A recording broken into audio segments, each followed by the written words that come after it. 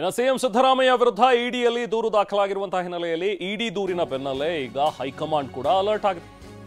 ಸಹಜವಾಗಿ ಇದೆಲ್ಲವನ್ನೂ ಕೂಡ ತುಂಬಾ ಕ್ಲೋಸ್ ಆಗಿ ಅಬ್ಸರ್ವ್ ಮಾಡ್ತಾ ಇರುವಂತಹ ಹೈಕಮಾಂಡ್ ಮುಂದೆ ಏನು ನಿರ್ಧಾರಗಳನ್ನು ಕೈಗೊಳ್ಳಬೇಕು ಅನ್ನುವಂಥದ್ದು ತನ್ನದೇ ಒಂದು ನಿಟ್ಟಿನಲ್ಲಿ ಚರ್ಚೆಗಳನ್ನು ಮಾಡಿ ಒಂದು ನಿರ್ಧಾರಕ್ಕೆ ಬಂದಿದೆ. ಸೊ ಹಾಗಾಗಿನೇ ಈಗ ರಾಜ್ಯಕ್ಕೆ ಹೈಕಮಾಂಡ್ನ ನಾಯಕರು ಕೂಡ ಬರ್ತಾ ಇದ್ದಾರೆ.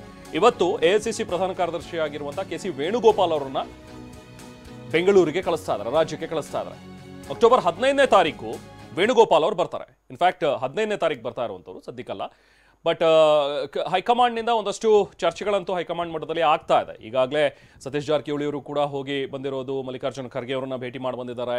ಹಾಗೆ ಇನ್ನೂ ಸಾಕಷ್ಟು ಜನ ನಾಯಕರುಗಳ ಜೊತೆಗೆ ಟಚ್ಚಲ್ಲಿದ್ದಾರೆ. ಈಗ 15ನೇ ತಾರೀಕು ವೇಣುಗೋಪಾಲ್ ಅವರು ಬರ್ತಾ ಇರುವಂಥದ್ದು ಸಾಕಷ್ಟು ಕುತೂಹಲಕ್ಕೆ ಎಡೆ ಮಾಡಿಕೊಟ್ಟಿದೆ. ಮತ್ತಷ್ಟು ಡೀಟೇಲ್ಸ್ ನಾವು ಪ್ರತಿನಿಧಿ ಪ್ರಸನ್ನ ನೀಡ್ತಾರೆ. ಪ್ರಸನ್ನ, ಈಗ ವೇಣುಗೋಪಾಲ್ ಅವರ ಒಂದು ಆಗಮನ ಅಕ್ಟೋಬರ್ 15ನೇ ತಾರೀಕು ಬರ್ತಾರೆ ಅನ್ನುವಂಥದ್ರ ಬಗ್ಗೆ ಸಿಕ್ಕಿರುವಂತಹ ಒಂದು ಸುದ್ದಿ, ಬಹುಶಃ ಕಾಂಗ್ರೆಸ್ನಲ್ಲಿ ಗೊಂದಲ ಉಂಟಾಗ್ತಾ ಇದೆ, ಅಥವಾ ಹೇಗೆ ನಾವು ಸ್ಟೇಟ್ಮೆಂಟ್ ಕೊಡಬೇಕು, ಅಥವಾ ಯಾವ ರೀತಿ ಮುಂದುವರಿಬೇಕು ಅನ್ನುವಂಥದ್ರ ಬಗ್ಗೆ ಈ ಗೊಂದಲ ಪರಿಹಾರಕ, ಅಥವಾ ಸಿಎಂ ವಿಚಾರವಾಗಿ ಏನಾದ್ರು ಒಂದು ಖಡಕ್ ನಿರ್ಧಾರಕ್ಕೆ ಹೈಕಮಾಂಡ್ ಬಂದಿರಲಿಕ್ಕೂ ಉಂಟಾ? ಇಲ್ಲಿ ಆಗ್ತಾ ಇರುವಂತಹ ಒಂದು ಬೆಳವಣಿಗೆಗಳನ್ನು ನೋಡಿದ್ರೆ ಏನ್ ಮಾಹಿತಿ ಲಭ್ಯವಾಗ್ತಾ ಇದೆ ಪ್ರಸನ್ನ?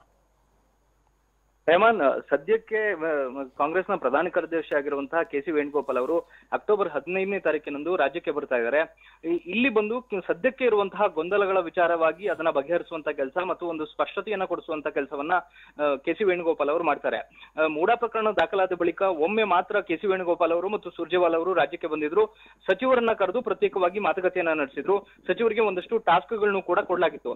ಅದಾದ ಬಳಿಕ ಮೂಡಾ ಪ್ರಕರಣ ತೀವ್ರ ಸ್ವರೂಪಕ್ಕೆ ಹೋದ ಬಳಿಕ ಏನೆಲ್ಲ ಗೊಂದಲಗಳು ಸೃಷ್ಟಿ ಆಯಿತು ಅದನ್ನ ಬಗೆಹರಿಸುವಂತ ಕೆಲಸವನ್ನ ಹೈಕಮಾಂಡ್ ನಾಯಕರು ಇದುವರೆಗೂ ಕೂಡ ಮಾಡಿರಲಿಲ್ಲ. ಇದೀಗ ಆ ಎಲ್ಲ ಗೊಂದಲಗಳಿಗೂ ಇತಿಶ್ರೀ ಹಾಡಬೇಕು ಅನ್ನುವಂತಹ ಉದ್ದೇಶಕ್ಕೋಸ್ಕರ ಕೆ.ಸಿ. ವೇಣುಗೋಪಾಲ್ ಅವರು ಅಕ್ಟೋಬರ್ 15ನೇ ತಾರೀಕಿನಂದು ರಾಜ್ಯಕ್ಕೆ ಬರ್ತಾ ಇದ್ದಾರೆ. ದಲಿತ ಸಿಎಂ ಕೂಗು ಕೂಡ ಎಲ್ಲೊಂದ್ ಕಡೆ ಸಣ್ಣದಾಗಿ ಶುರು ಆಗ್ತಾ ಇದೆ ಮತ್ತು ಬೇರೆ ಬೇರೆ ಹಿರಿಯ ನಾಯಕರು ಕೂಡ ರಾಜೀನಾಮೆಯ ವಿಚಾರದಲ್ಲಿ, ಸಿಎಂ ಸಿದ್ದರಾಮಯ್ಯನವರ ನಾಯಕತ್ವ ಬದಲಾವಣೆಯ ವಿಚಾರದಲ್ಲಿ ಭಿನ್ನ ಭಿನ್ನವಾದಂತಹ ಹೇಳಿಕೆಗಳನ್ನ ಕೊಡೋದಕ್ಕೆ ಪ್ರಾರಂಭವನ್ನ ಮಾಡಿದ್ದಾರೆ. ಅದೆಲ್ಲದಕ್ಕೂ ಕೂಡ ಇತಿಶ್ರೀ ಹಾಡಬೇಕು ಅನ್ನುವಂತಹ ನಿಟ್ಟಿನಲ್ಲಿ ಇದೀಗ ಕೆ.ಸಿ. ವೇಣುಗೋಪಾಲ್ ಅವರು ಬರ್ತಾ ಇದ್ದಾರೆ. ಮತ್ತು ಪಕ್ಷದ ಸಂಘಟನೆ ದೃಷ್ಟಿಯಿಂದ ಯಾವುದೇ ರೀತಿಯ ಗೊಂದಲಗಳಾಗಬಾರ್ದು, ಶಾಸಕರಿಗೆ ಗೊಂದಲಗಳು ಇನ್ನೂ ಕೂಡ ಹಾಗೆ ಮುಂದುವರಿಯಬಾರದು, ಮತ್ತು ಸರ್ಕಾರದಲ್ಲೂ ಕೂಡ ಎಲ್ಲೊಂದ್ ಕಡೆ ಸಚಿವರು ಬೇರೆ ಬೇರೆ ರೀತಿಯ ಸಭೆಗಳನ್ನ ನಡೆಸುವಂತದ್ದು, ಬೇರೆ ರೀತಿಯ ಡೈವರ್ಟ್ ಗಳನ್ನ ಮಾಡುವಂತಹ ರೀತಿಯ ಸ್ಟೇಟ್ಮೆಂಟ್ ಗಳನ್ನ ಕೊಡೋದು ಬೇಡ ಅನ್ನೋ ಒಂದು ಮೆಸೇಜ್ ಅನ್ನ ಪಾಸ್ ಮಾಡೋದಕ್ಕೆ ಅಕ್ಟೋಬರ್ 15ರಂದು ಕೆ.ಸಿ. ವೇಣುಗೋಪಾಲ್ ಅವರು ಬರ್ತಾ ಇದ್ದಾರೆ ಅಂತ ಹೇಳಿ ಹೇಳಲಾಗ್ತಾ ಇದೆ.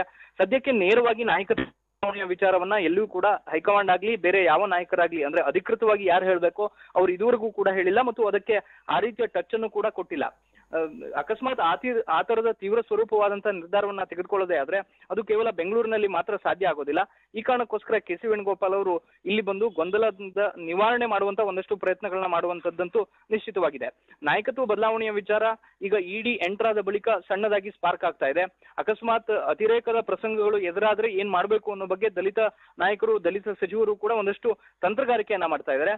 ಅದು ಎಲ್ಲೋ ಒಂದ್ ಕಡೆ ಮುಂದಿನ ದಿನಗಳಲ್ಲಿ ಪಕ್ಷಕ್ಕೆ ಡ್ಯಾಮೇಜ್ ಆಗಬಾರ್ದು ಅನ್ನುವಂತ ನಿಟ್ಟಿನಲ್ಲೂ ಕೂಡ ಕೆ.ಸಿ. ವೇಣುಗೋಪಾಲ್ ಅವರು ಸಚಿವರನ್ನ ಖುದ್ದಾಗಿ ಕರೆದು ಒಂದಷ್ಟು ಸೂಚನೆಗಳನ್ನ ಮತ್ತು ನಿರ್ದೇಶನಗಳನ್ನ ಕೊಡುವಂತ ಸಾಧ್ಯತೆ ಇದೆ. ಮತ್ತು ಮುಖ್ಯಮಂತ್ರಿಗಳಿಗೂ ಕೂಡ ಒಂದಷ್ಟು ನೈತಿಕ ಸ್ಥೈರ್ಯವನ್ನ ಹೈಕಮಾಂಡ್ ಕೊಡ್ಲೇಬೇಕಂತ ಅನಿವಾರ್ಯ ಪರಿಸ್ಥಿತಿಯಲ್ಲಿ ಕೆ.ಸಿ. ವೇಣುಗೋಪಾಲ್ ಅವರು ಬರ್ತಾ ಇದ್ದಾರೆ. Rehman, thank you Prasanna.